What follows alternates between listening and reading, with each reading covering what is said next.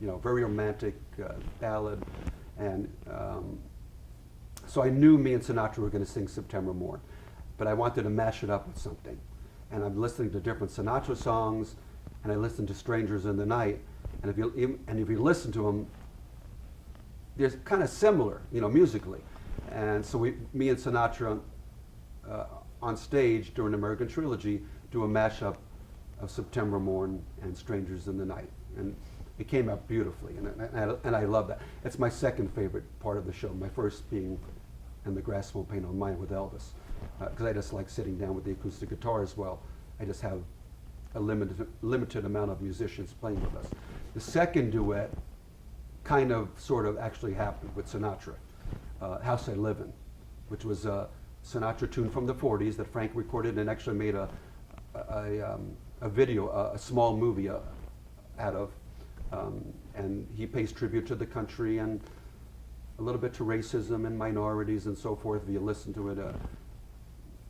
And in the early 90s, when he did his second duet album, I think it was 92, but he invited Neil to participate with him in The House I Live In. They were not in the studio at the same time together. I don't believe anyone was in the studio at the same time with Frank. When Neil went in and recorded his parts, and Frank went in, and they made a video of that too, by the way. There's a video of House I Live In with Neil and Frank, but it's kind of like one of them and then cuts to another one, and they're not together at the same time. So in the show, American Trilogy, it also made sense to do Frank and Neil, and we kick off a very patriotic, at the end of the show, Americana medley, and it starts out with Frank Sinatra's House I Live In. I've asked everybody in the cast if would you like to meet Neil? You have met him apparently, because I've seen a picture of you two. Did I not? Have you met him? Yeah, no. Me and You Neil. haven't met Neil Diamond? Me and Neil Diamond have not met face to face. Would you like to meet Neil Diamond? And if you did, what would you hope he would say about your show? Well, if you saw your show? as far as meeting Neil Diamond, at one time I probably would have said, without skipping a heartbeat, yes, right away. And I might, and the answer is still yes. And we've never met. He knows all about me. Many of my shows, when I do the bigger shows, sometimes I use the daughter of his drummer, who's Ron Tutt, a very famous guy in his own right. He was Elvis' drummer. He was Neil Diamond's drummer for the last 35 years. I do want to meet Neil Diamond. I'm not a guy who pushes the envelope or I'm not aggressive with that. But there's also a very small part of me that, because I put him up on a pedestal for so many years, that I think if I was disappointed, if he did anything to disappoint me, or he didn't act this way I would expect him to act, psychologically it could just mess me up for the rest of my life. So maybe better left the way it is. The last question I have, before anybody else might have something to add, because we want to get to the thing here. What would you say overall, deep down, where nobody goes except you, how much is this whole Diamond experience and Diamond songs in particular meant to you personally, professionally, your family, your life? Okay, great question. I've been doing the Diamond thing for 20 years now. Last month, June, was exactly 20 years. And I've been a huge fan, huge. My three influences, even before I knew I was going to do this, okay, as a kid, growing up with the Beatles, Elvis, and Neil Diamond. Those are my three musical idols. And for years I heard people tell me when I was in my own band, when you see Neil's stuff, you sound exactly like him. You need to, go to this Legends and Concert show and audition for them. And I put it off for so many years because, believe it or not, at that time in the early 90s, I thought being an impersonator, how long is it going to last? How long is the popularity of this guy going to last?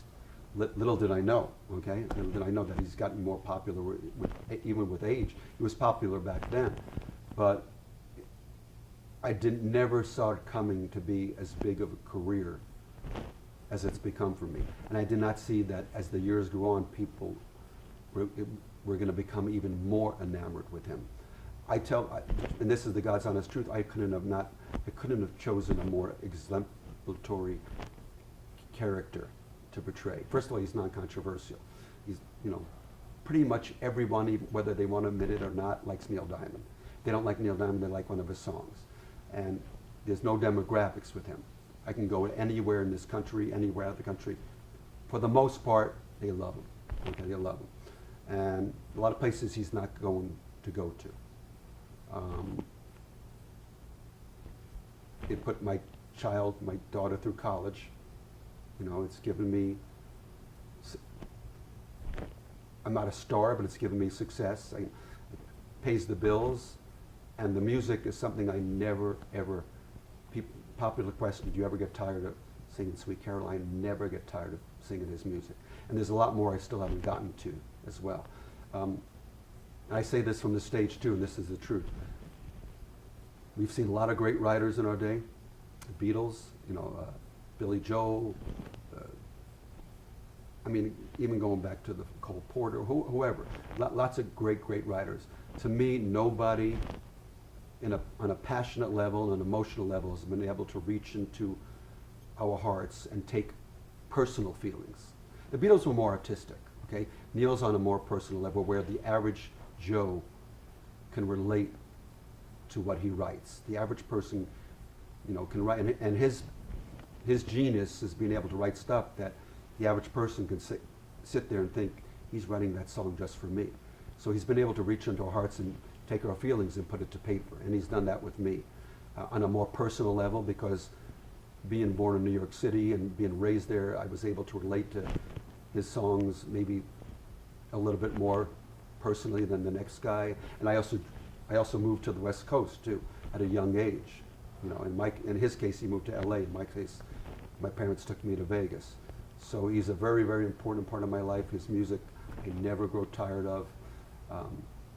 I hope to be doing this for many, many years to come. As long as the crowds keep, and you probably said the same thing, as long as the crowds keep showing up, I'll keep doing this. And I say the same thing, and they do keep showing up. Is there anything else you'd like to add?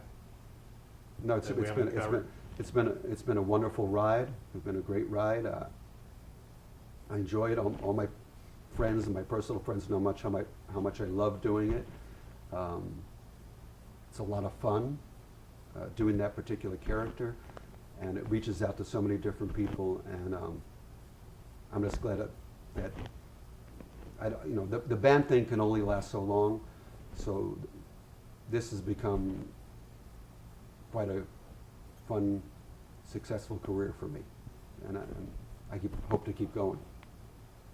Heather, And I was going to say, Go ahead. I hope wherever if he's ever watched me on video, or that he's proud of what I'm doing, and that he gives me I know he's given me the thumbs up already, but I just hope that he looks at it and says, this guy's doing a really, really good job. Keep looking at Steve. I'm going to talk, but keep looking at me. pretend he's still, yeah. So take us back to that pivotal moment 20 years or so ago when you decided, okay, forget Rob Garrett, from now on, I'm Neil Diamond. Did I say that? There must have been a pivotal moment when you decided. When you making the transition when from you were a band all guy in to on Neil Diamond. right. Okay. Yeah. Okay. How gutsy was that?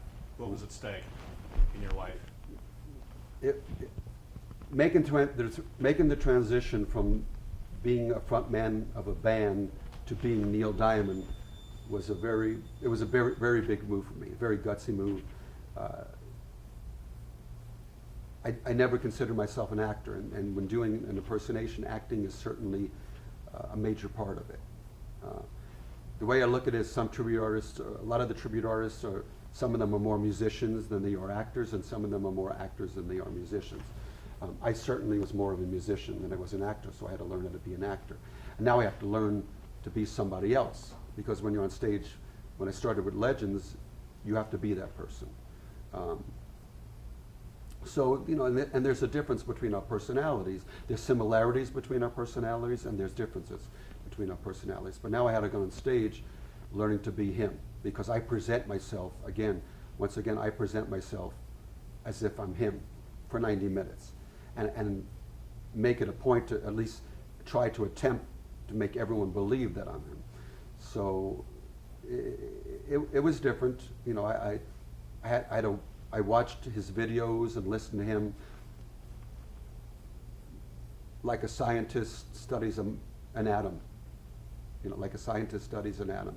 I had to watch I was meticulous, you know, every nuance, every hand gesture. He's very animated. We had, at that time in 1994, 95, we had different moves on stage. So I had to learn his moves, which meant calming down a little bit too, you know, and his way of holding a guitar, and his way of strumming a guitar, and he's all hands, very much, you know, very handsy, you know, and uses his hands a lot and so forth, and his little swagger and so forth.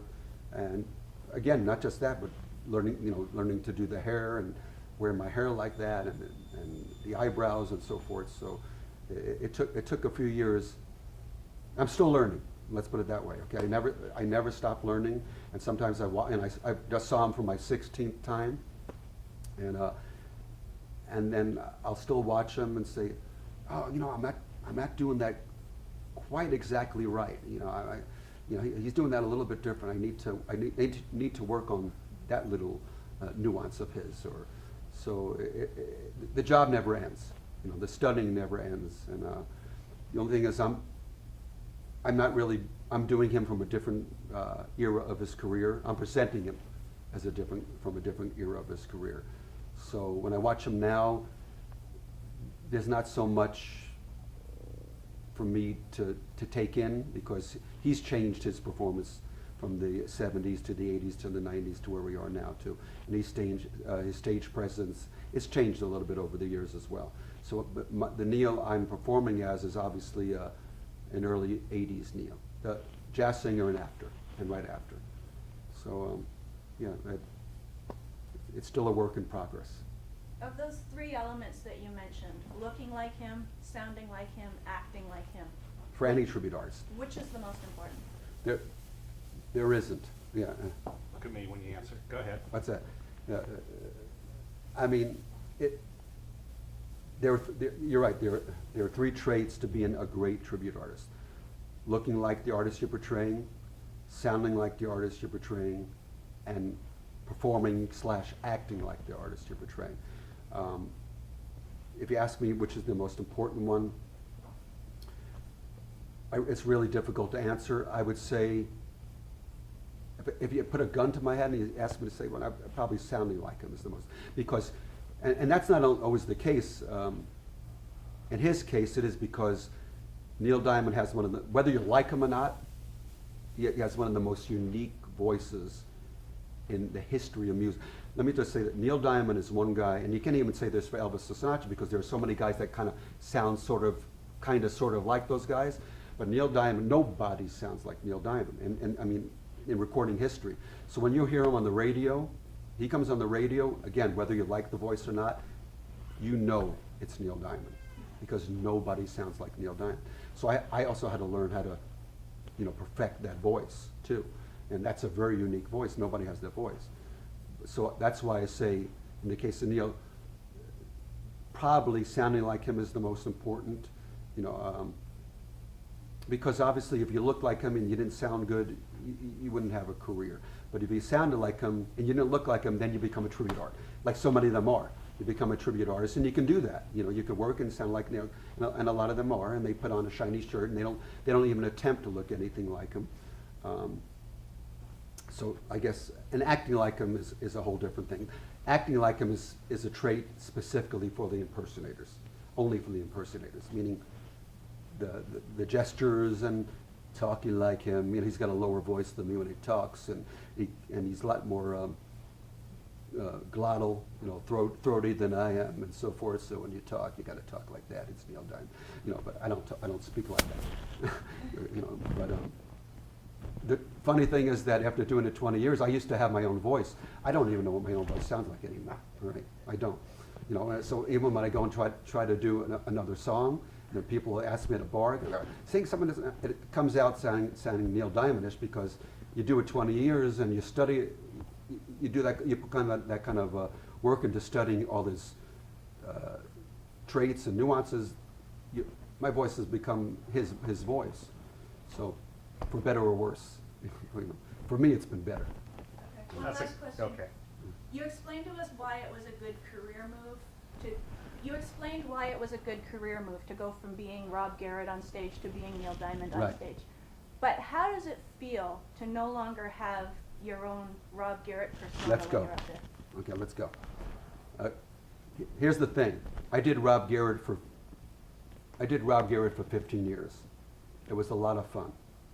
I still in cover bands because I never looked at myself as being a recording artist. I lived in Vegas for most of my life. This is a cover town, so I knew to make a living, I have to do cover songs. I did Rob Garrett for 15 years and went through all the hardships that bands go through, and being the leader of the bands even more so because you're on the phone trying to keep your guys working all the time. Making the transition to Neil Diamond and becoming Neil Diamond wasn't that difficult because it bumped me up, not just in notoriety, but it bumped me up in salary, recognition. And at that point, when I made that transition, I felt I was too old, to become a star. Like my chances of being a star were over. When recording artists, when you're in your 30s and you haven't made something for yourself, and you're not a celebrity, a recording artist, it's not going to happen, or 99 points of chance, because that kind of thing happens to people in their 20s. So at that point, I knew it wasn't going to get any better, as far as financially and being known, a celebrity, whatever. So it was easy to make the transition to Neil Diamond because it was a step up in so many different things. So I had no problem leaving Rob Garrett behind and become a Neil Diamond. But here's the thing. I played to so many of the locals here for so many years that now Neil Diamond has become, at least to them, Neil Diamond has become Rob Garrett. Now the Rob Garrett took precedence over Neil Diamond because I'm on a personal base with a lot of these people. Neil Diamond gets on the stage and they love him, and he's got his fanatical fans, but when he's done, he walks off and they don't get to interact with him personally. All my people here, and I learned that from being in the band, I interacted with them personally, so you have no idea how many times I hear, we like you so much better than, on stage than Neil. I go, have you ever seen him in concert? Well, no. I go, then you really don't know, do you? But they're only saying that because I've been able to touch them on a personal basis and so forth. So, and still some of my fans are Neil Diamond fans, but a lot of my fans these days are Rob Garrett fans. So, but they wouldn't be Rob Garrett fans if I hadn't done this. If I hadn't become Neil Diamond. They just they missed the boat with Neil in the 70s and 80s and the presentation I'm giving of him. And so I get to bring that to them, and they think I created that whole presentation, which I didn't obviously. Do you think you've turned on some people to Neil that never have experienced him before? 125% yes. Well, repeat the question Yeah, and your answer. yeah. There have definitely been people that have come to my show that weren't Neil Diamond fans, that have become Neil Diamond fans. Many. Or people that have kind of don't pay too much attention to him these days, and then they see the show and they remember the songs, and then they go home and they buy an album or a CD and they go put it on. I forgot how much I love this song. That's a natural occurrence. It happens all the time. I'm used to hearing that. And that's a cut. Nice. That's fabulous. Yeah.